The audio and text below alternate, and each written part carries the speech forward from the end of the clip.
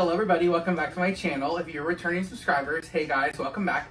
And if you are new, my name is Josh, and this is Josh Goes to Disney.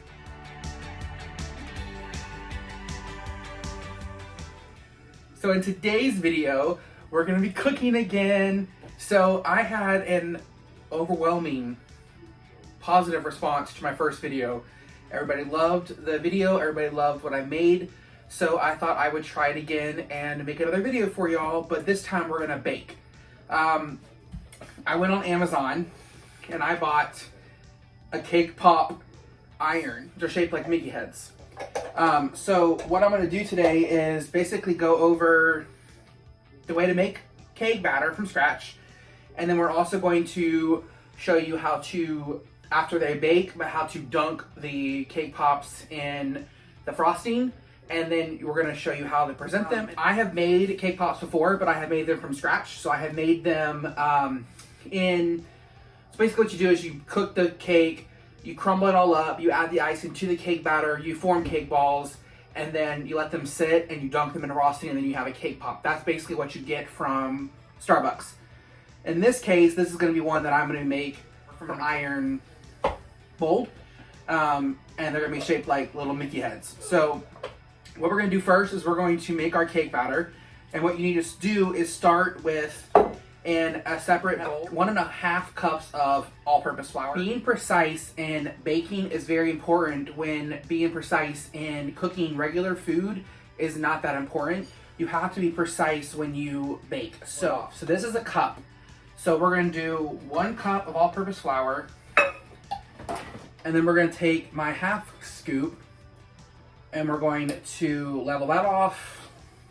You need to also take 1 3/4 teaspoons of baking powder. This is my 4 different sizes. I have a tablespoon, a teaspoon, a 1/2 teaspoon, and a 1/4 teaspoon. So you're going to take 1 teaspoon and put that with the flour, and then also 3/4 of a teaspoon, which I don't know if I have. I have a 1/2 and a 1/4, so we'll just do a 1/2 and a 1/4. So we'll do a 1/2, and then we'll also do a 1/4. As well as it requires a pinch of salt. So that doesn't really have to be precise, it's whatever pinch you want. So after you get your baking powder and your flour and your salt mixed together, what we're going to do is we're just going to take a whisk and we're going to whisk this together till it's fully combined. Now you're going to keep this separate. So in baking, there is a thing called dry ingredients and wet ingredients. Sugar, granulated sugar, is considered a wet ingredient because it dissolves in wet ingredients. In my stand mixer, we're going to take 1/2 cup of sugar. We're going to take 1/2 stick of butter.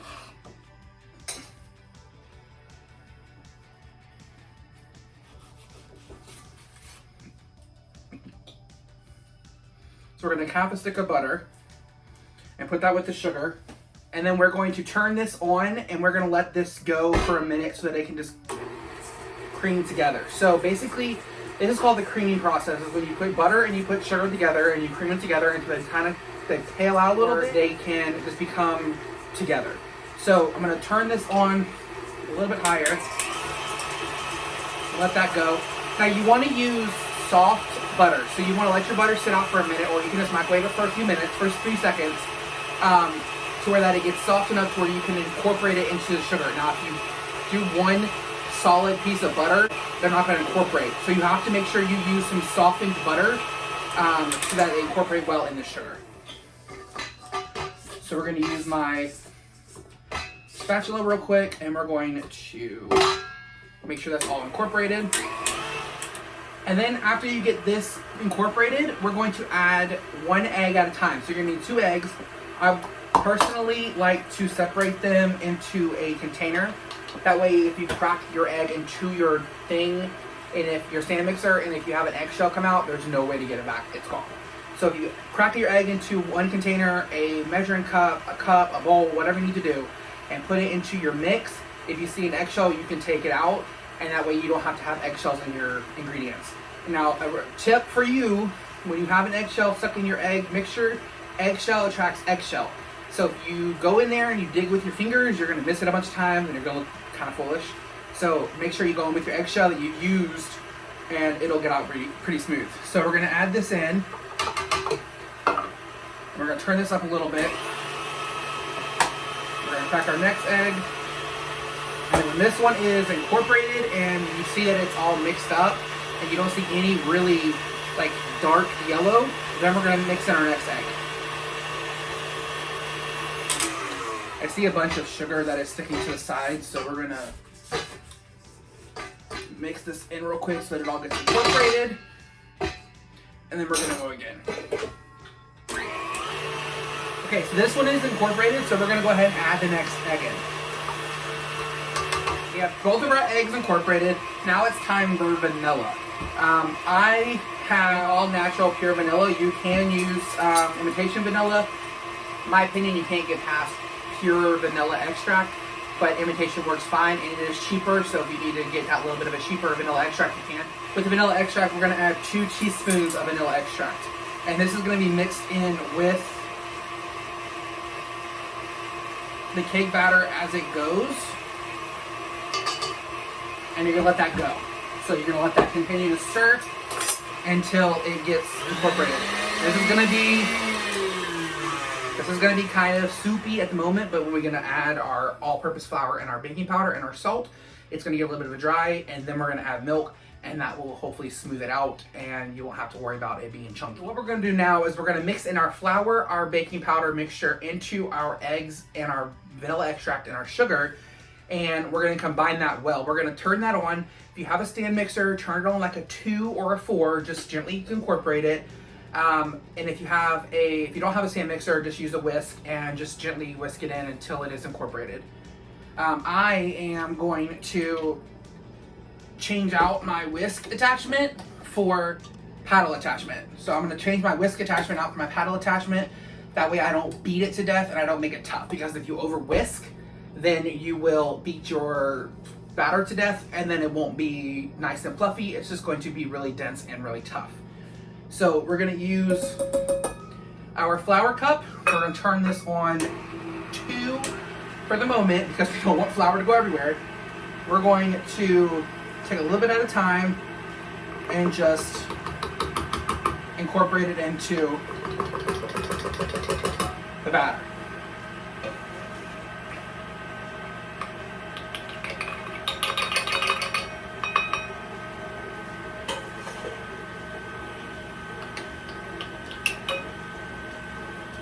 So we got to the point where we can't really use the spoon anymore, so I'm just going to turn the whole entire bowl and we're going to put that in.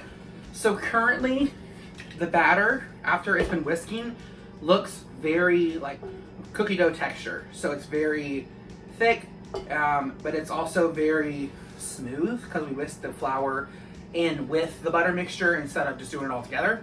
So now we're going to close this and we're going to add 1/2 cup of milk. Now what this is going to do, this is going to allow us to mix this in slowly, but also make a very smooth batter and fluffy batter. Just a little bit at a time. I am also using almond milk instead of regular milk because my family has a issue with regular milk. They like almond milk, so I'm using almond milk. You can go ahead and use whatever milk you want. You can use whole milk, you can use almond milk, you can use oat milk, you can use rice milk, whatever you want to do.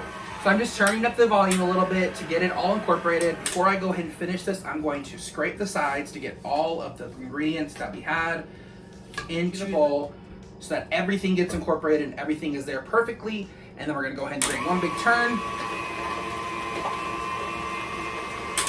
And then that's going to be it. So what we're going to do is we're going to go ahead and take a pastry bag.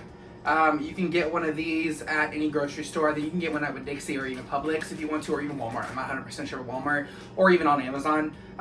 The Mickey Mouse mold that I bought on Amazon, it came with it. So what I'm going to do is, the easiest way to get the batter into your piping bag is to put it in a cup. So you put it in a cup, blow the actual piping bag over the outside of the cup so that it stays put. What we're going to do now is we're going to take a bowl and we're going to scoop the batter into the piping bag. Very good. Take our bag, we're going to flip it out of our cup, and we're going to have it ready to go. So we're going to quickly spray down our iron. We're going to spray the top and we're going to spray the bottom, and then we're going to fill this with cake batter. This is my first time using this cake iron, so I don't know how much to put in it, but we're gonna just go with filling it halfway and see what happens. So we have the cake batter in the iron mold, so we're letting it go. I would probably give it 3 to 5 minutes. This thing is very quick. It's basically a waffle iron, so it gets heat from both sides, so it cooks pretty quick. I'm gonna come back and I'm going to get these unmolded. As soon as they're done and get cooled off, we'll go ahead and get the icing and the decorations done. So for you it has been about a second. For me it's been about an hour. I made the rest of the Mickey Mouse cake pops. As you can see, I have 15 here. I let them cool down. I went and relaxed for a minute, went and cooled down myself because I get hot when I cook, and I just wanted to let them relax. I wanted them to set up, I wanted them to be firm, because when we dunk them into the icing, I want them to be smooth, but I also want them to be coated nicely, because if they're hot and you dunk them in the icing, then they're just going to continue to melt and then it won't be pretty. So I am going to do the cheating version of this, and I went out and bought some icing from the store. So what you're going to do is you're going to just simply take a spoon and then take your icing and put it in the microwave.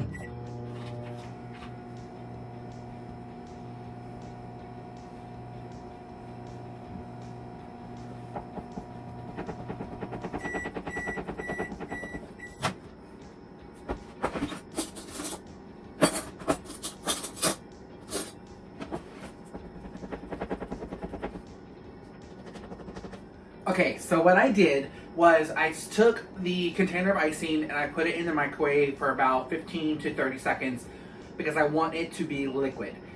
When you get icing from a store, the icing in the container is solid. So it's not like a brick, but it is solid enough to where you can spread it and it be basically malleable enough to where you can move it around on the cake.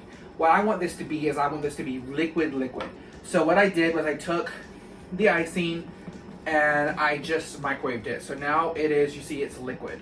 It is liquid. I took 3 different colors. So I have white, I have blue, as you can see here, I have blue, and then I also have red. So we're gonna do like a 4th of July themed, which I wanted to do Mickey looking cake pops, but I didn't have I didn't have any black. So we're just gonna strictly just do red, white, and blue. So what you're gonna wanna do is, what I'm thinking about doing is dunking in white first, and then I'm gonna let it set. I'm gonna let dunk all of them white, and then I'm gonna let them set. That way, whenever I go to dunk them in the red and the red and the blue, white won't mix in with the red and the blue. So what we're gonna do is we're going to start by dunking them in the white, and then we're going to let them just drip, to let all the drip off. And then we're going to set it back in our mold that we made out of styrofoam. And we're going to continue to do that with the rest of them.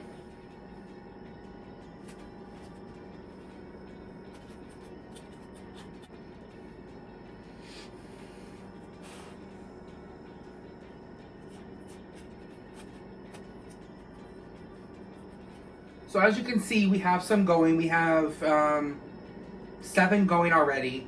I did not get the white icing. I got vanilla, so it is a little bit on the creamier side than it would be if I were to get the vanilla or the white icing.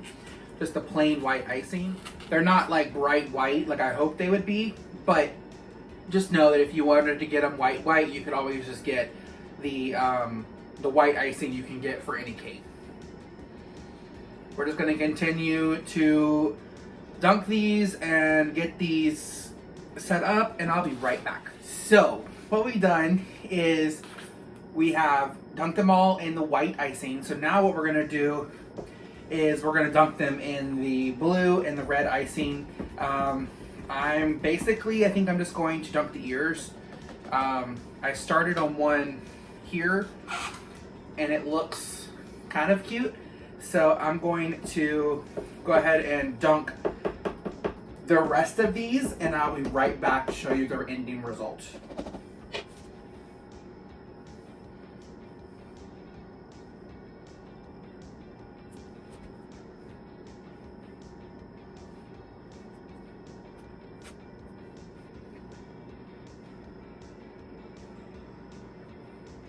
And there you have it, my Mickey Mouse cake pops.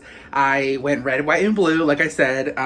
They're quite adorable. I will have pictures at the end of the video so you can see what they look like, the finish, all of them together. Thank you so much for being here. If you enjoy these types of videos, make sure you let me know in the comment section below. Also, make sure you smash the like button, and then also make sure you smash the subscribe button.